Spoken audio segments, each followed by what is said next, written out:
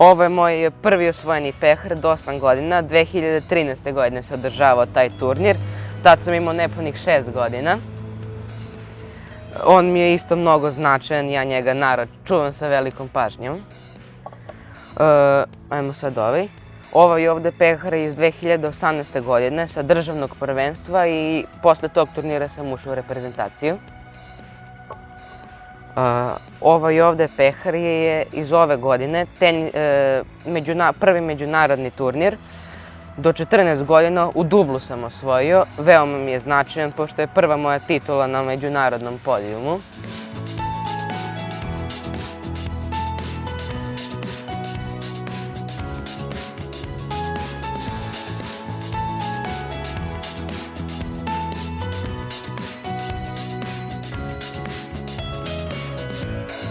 Ima ovde dosta srpskih turnira, jaki su baš zato što međunarodnih nema i svi su se ovde prijavili. I sad imam ova 3 turnira, 2 su već bila, tu sam odličan uspeh napravio. I sad treba da se igra još jedan, međutim je odložen i najboljih 8 najboljih koji imaju najviše bodova na ta 3 turnira, oni igraju master završni. Ja sam sada po ovoj rang listi 3. za masters.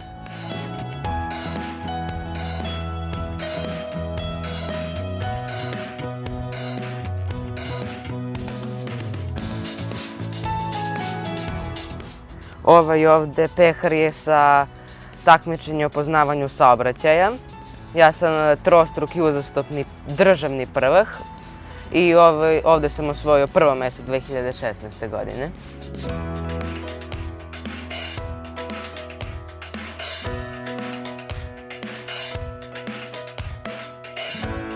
Nikola Jović, koji se bavi tenisom, puno vremena provodi na teniskom terenu i ne stiže tako redovno da ide u školu.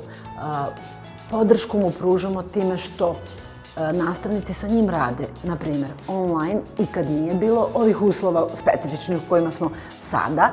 Oni su sve vreme s njim radili i online i dolazio na nastavu nekad dopunsku i posebno organizovano za njega ispitivanje. Svaku svoju peticu, a ima sve petice, on je u potpunosti opravdao.